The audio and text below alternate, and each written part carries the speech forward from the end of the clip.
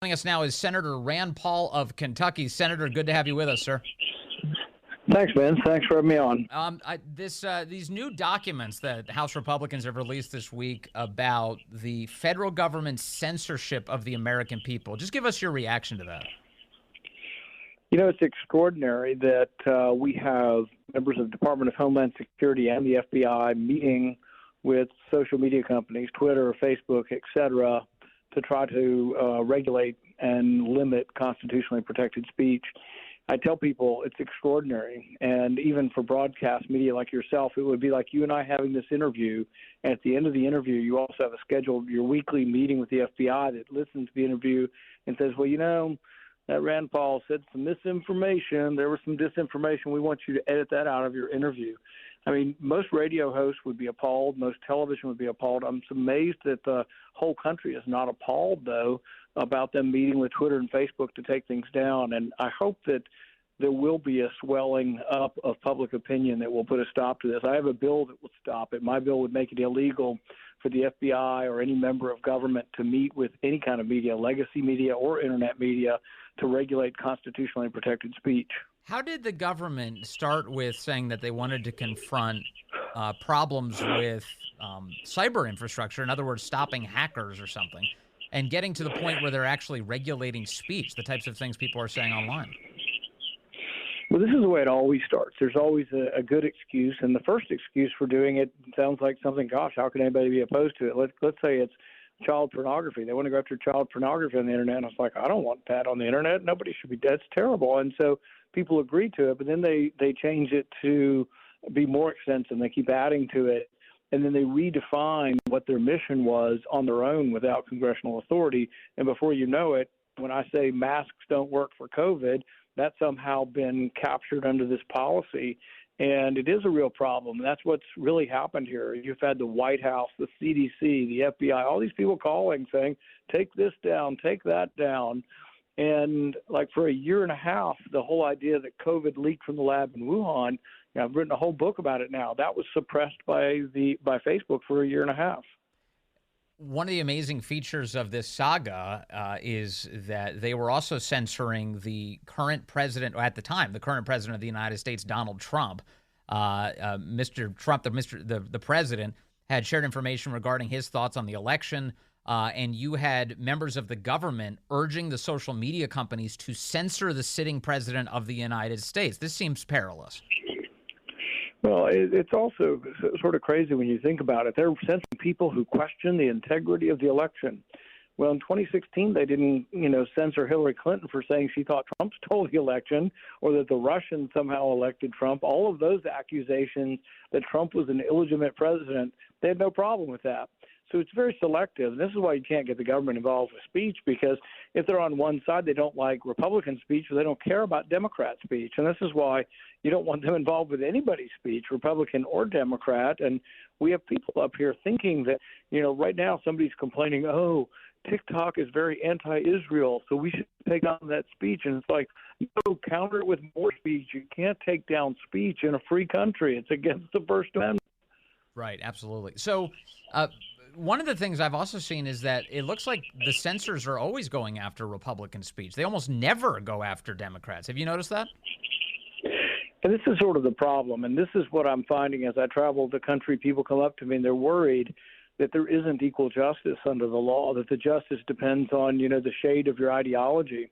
And this is going to lead to strife in our country. I mean, think about the 1960s when there wasn't equal protection based on the color of your skin, that African Americans weren't given equal justice often, and we fixed those problems. We've gotten so much better over the decades. That was a real problem that we encountered.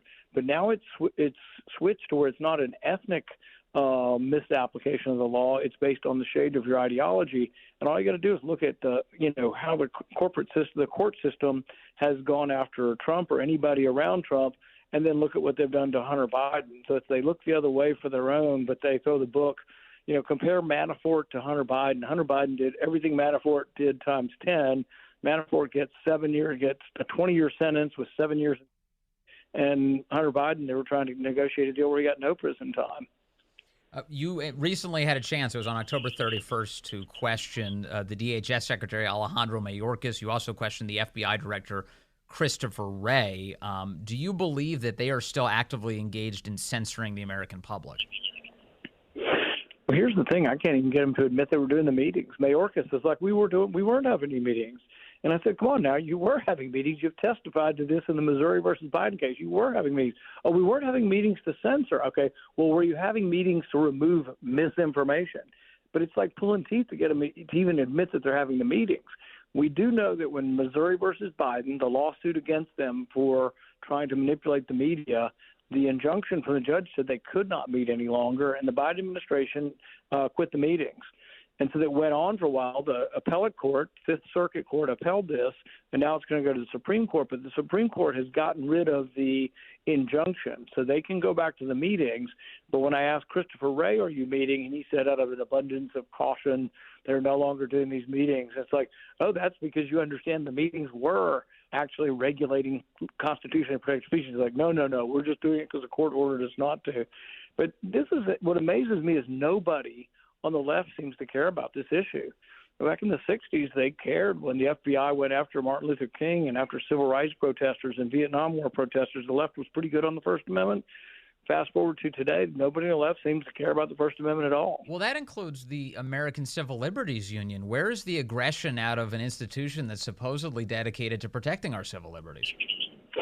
It's sad, and the demise of the ACLU, and they still do some good things, but the demise of them really came about when they got away from civil liberties and started, opining and lobbying for Obamacare and saying, no, health care is a civil liberty or whatever. And so they really lost the impact because there were times when libertarians and the ACLU came together to defend speech. Yes. And there's less and less of it now because the ACLU just became basically a mouthpiece for the Democrat Party. It's unfortunate. I remember it was a couple years back, the ACLU used to be pretty aggressive against gun registries, for instance. They wanted to protect the gun rights of American citizens and protect them from the government. Yeah, surveillance. Surveillance in general, they were good on that, and they still kind of are on some of the overzealous surveillance of American citizens and the idea that they're collecting our phone records and our bank records and all of these things without warrants.